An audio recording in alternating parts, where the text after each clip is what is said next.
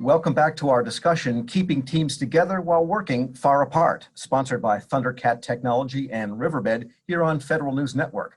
My guests today are Robert Schumann, Deputy Chief Technical Officer at Riverbed, and Peter Marshall, Solutions Architect at Thundercat Technology. And let's discuss a little bit for a moment the difference between federal scenarios and what you're seeing commercially. And I think one of them might be the level of cloud adoption that is the case in the federal government, because they are moving so incrementally into cloud computing, and most of the cloud deployment at this point is software as a service, such as Office 365, that kind of thing. So what are some of the implications of connectivity, performance, latency with everyone teleworking when cloud is varying part of the mixture, if it has any difference at all? Robert? Yeah, so the biggest difference that I'm seeing on the commercial side versus federal is really about how you actually get there, right? So on the commercial side, we have, the majority of our customers going direct to Office 365, direct to any of these SaaS applications that they're leveraging. As soon as you move over onto the federal side of the market, there's trusted internet connections you're gonna have to go through. There's direct connectivity. There's a lot of concerns around security. And basically those are forming ways in which we have congestion or choke points in the network to help maintain that security posture. So the main difference is how do you get there, and how are you actually able to access those specific resources. And Peter. Yes, Robert nailed it right there. It's just primarily I see the security requirements on the federal side as being more rigid, less flexibility. They're not willing to take chances really along any of those lines. And as Robert mentioned, going through the ticks, you're also going through a security stack that is your security stack, but you may be going through another, another agency's their security stack as well, which is every time you're adding into that stack, you're slowing down the traffic by basically analyzing it, capturing it, seeing what it's actually doing. And the more times you do that, the more latency you're going to get in there.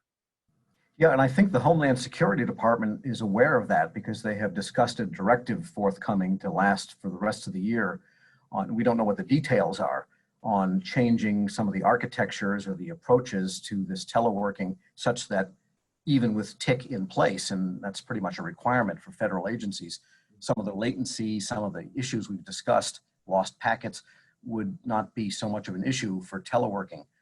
In your view, what should they be doing? How can this be re-architected, or how can we make these VPNs more effective and maintain security? It sounds like a pretty big technical lift. It can be.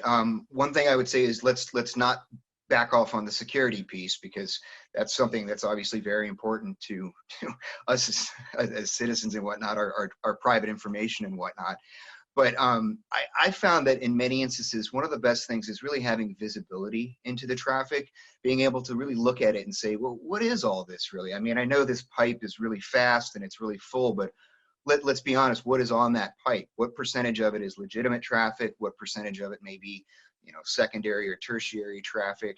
And that's one of the things that obviously the OEMs that we work with provide us solutions to give that end user visibility and that quality of service, and to provide more intelligent network services with things like compression and deduplication and various other pieces of altering the way the traffic actually flows to make it more efficient, instead of kind of just grinding out, just putting in a bigger pipe. That used to be the answer, was just get a bigger pipe. It's like, that's not really cost effective these days. So again, why don't we get visibility into that traffic, figure out the good stuff from the bad stuff, and let's cull the bad traffic out of the network. So that's basically what I would call optimization, if you can get there. And Robert, absolutely, more about how that might work. Yeah, so the main thing is focus on what you can actually control. Right. So when it comes to some of these outside services that are going to be potentially inspecting the traffic or, doing things like that, there's only so much that you can do. So the first step, in my opinion, is, to what he was saying, identify what is actually on the network. What are those specific applications? What are the workloads? What's associated with mission critical things? What's, less important? And then control that traffic. Right. So making sure that you're prioritizing the most important stuff and deprioritizing everything else.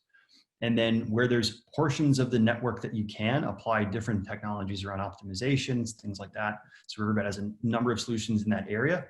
But focus on what it is that you can actually control, and don't try to boil the ocean.